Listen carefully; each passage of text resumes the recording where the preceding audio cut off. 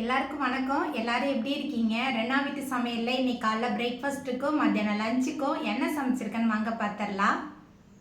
நம்ம வீட்டில் காலைல பிரேக்ஃபாஸ்ட்டுக்கு குழந்தைங்களுக்கு ரொம்ப ரொம்ப பிடிச்சமான ப்ரெட்டில் சாண்ட்விச் தான் பண்ணி கொடுத்தேன். ரொம்ப நாளாக ஆச்சு. பிள்ளைங்க 2 பேரும் கேட்டுகிட்டே இருந்தாங்களா, கோதுமை ப்ரெட் வாங்கிட்டு வந்து சாண்ட்விச் பண்ணிட்டேன். சாண்ட்விச்சுக்கு தொட்டு சாப்பிட்றதுக்கு டொமேட்டோ சாஸ். ரென்சோக்கும் ரென்னாவுக்கும் மத்தியானம் லஞ்சுக்கு நல்லா சூடாக சுட சுட சாதம்.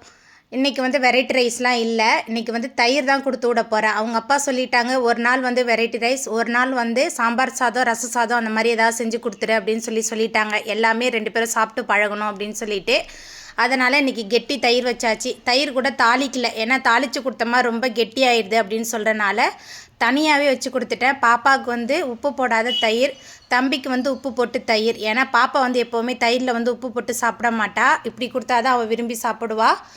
தயிர் சாதத்துக்கு தொட்டு சாப்பிட்றதுக்கு நல்லா காரசாரமாக முருங்கைக்காலை, சின்ன வெங்காயம், பூண்டு எல்லாமே சேர்ந்து செஞ்ச தொக்கு. இது சாதத்தோடு கலந்து சாப்பிட்றதுக்கு ரொம்ப சூப்பராக இருக்கும்.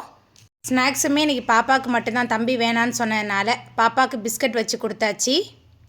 இன்றைக்கான வீடியோ பார்த்தாச்சு. நாளைக்கு என்னன்னு சொல்லிவிட்டு நாளைக்கு பார்க்கலாம். அது வரைக்கும் டாட்டா.